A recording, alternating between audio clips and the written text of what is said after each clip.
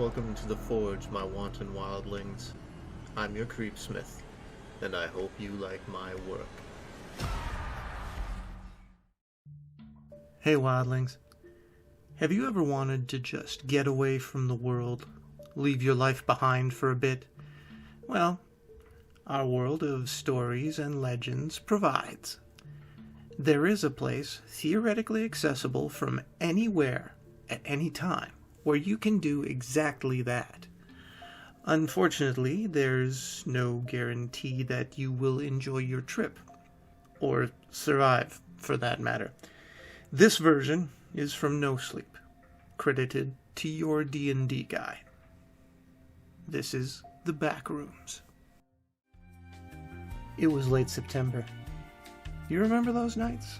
Humid, muggy, just a hint of the coming fall. Too cold for a t-shirt, but too warm for a sweater.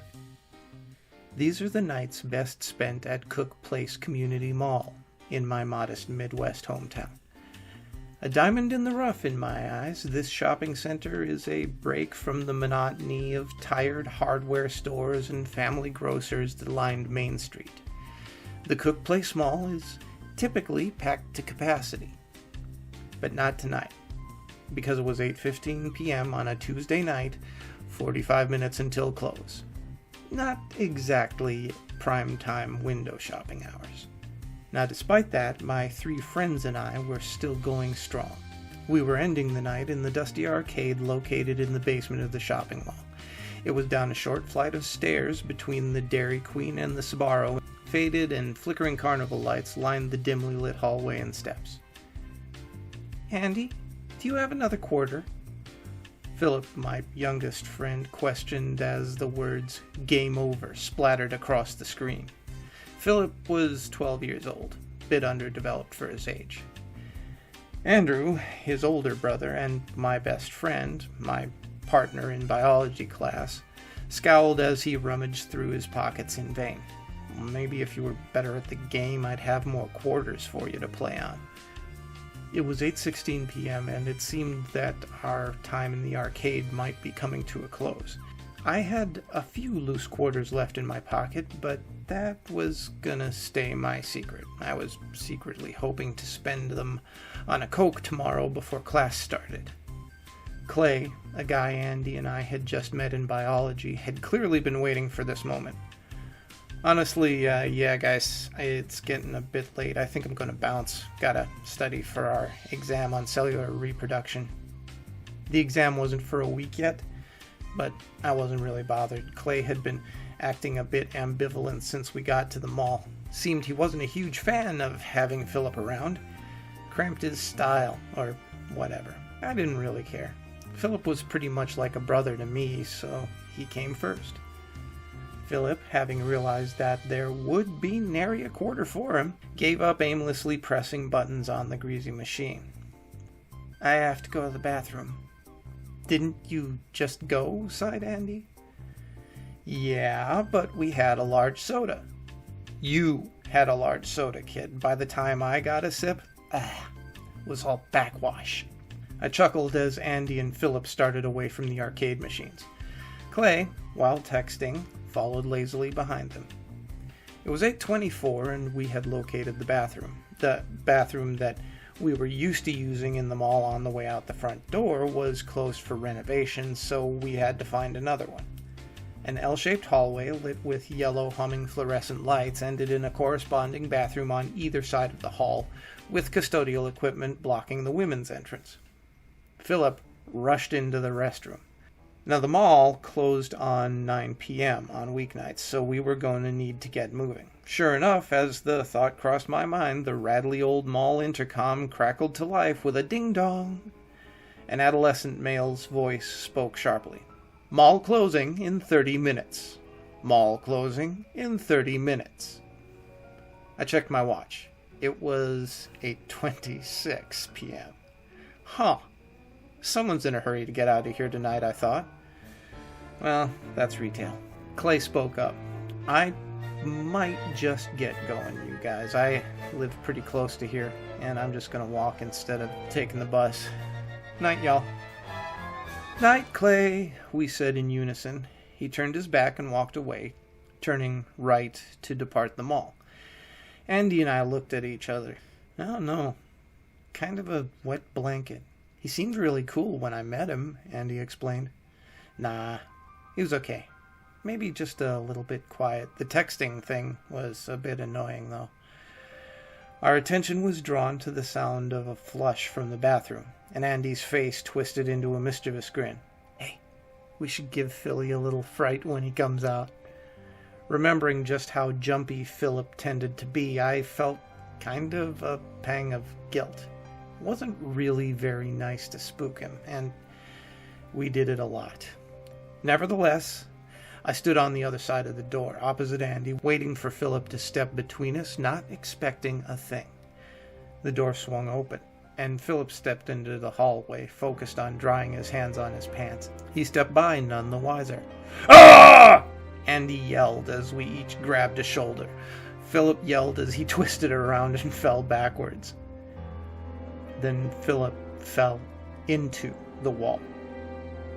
No, seriously. He fell into the wall.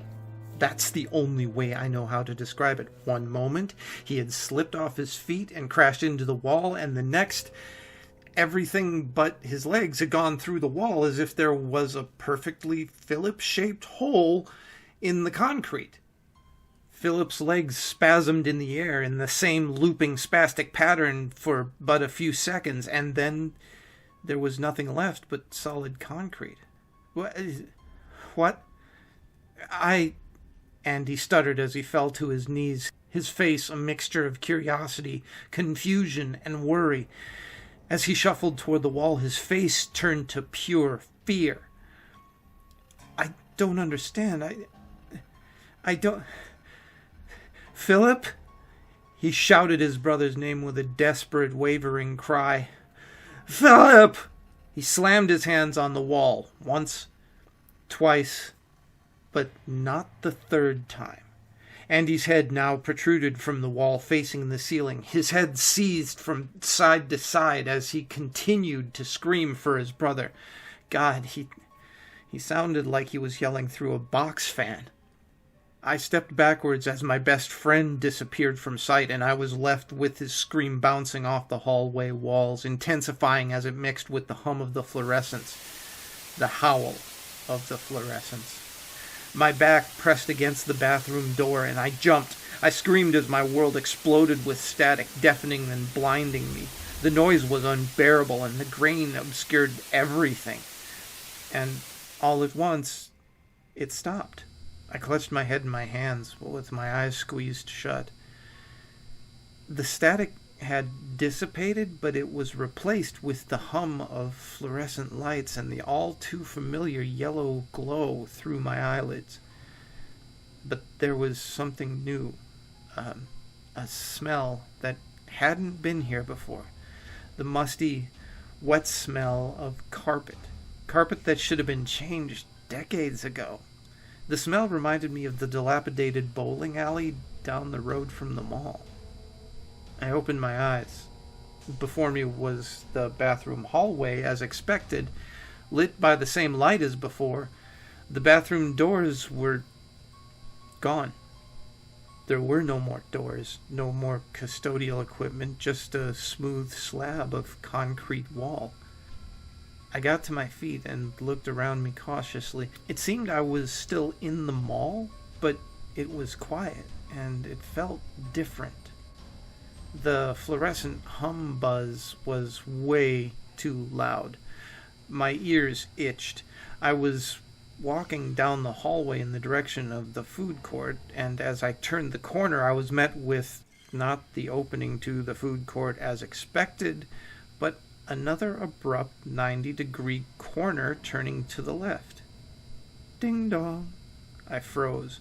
The loudspeaker was engaged, but the empty air of the speaker nearest me told me that the operator had nothing to say. After a motionless moment, what felt like hours, the microphone snapped back into the console, cutting the empty noise. Whoever had activated the speaker seemed to have hung up.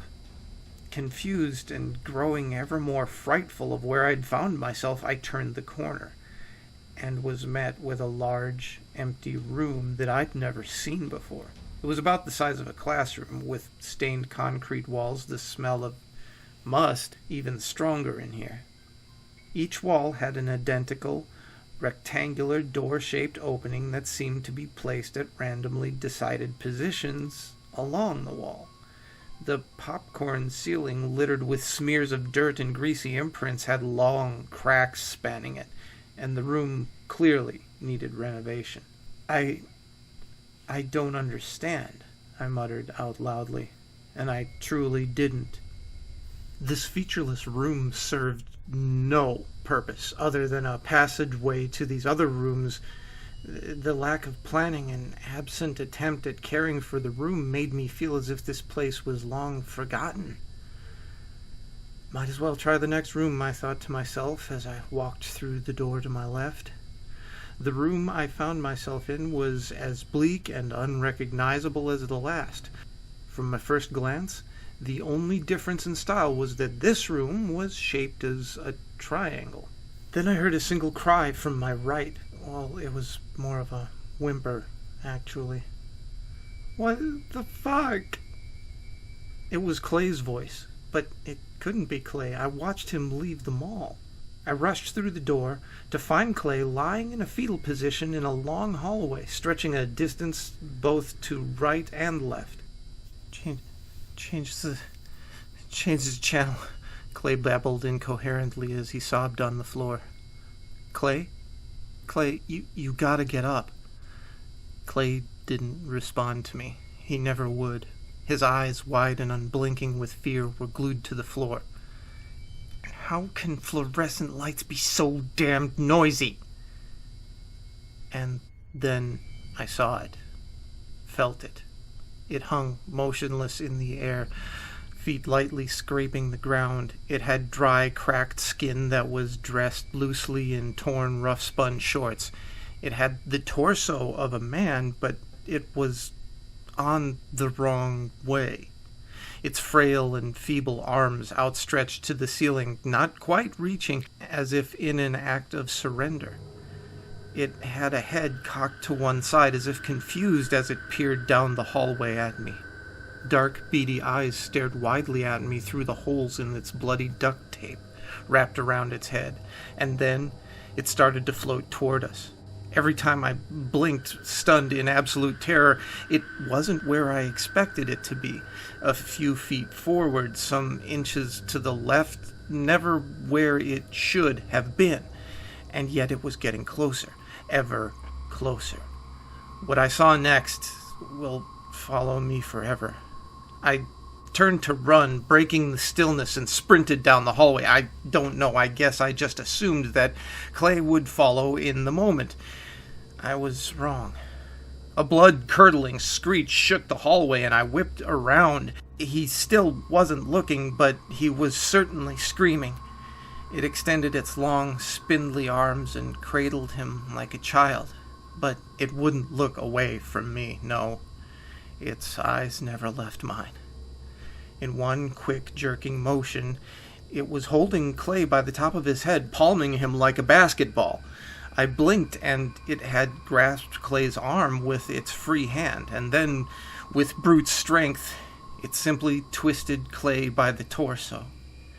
And the boy's screaming cut short with a fleshy crunch as he dropped to the floor in a twisted pile.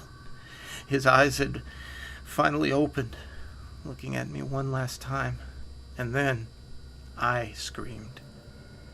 The louder I screamed, the louder the fluorescent hum became.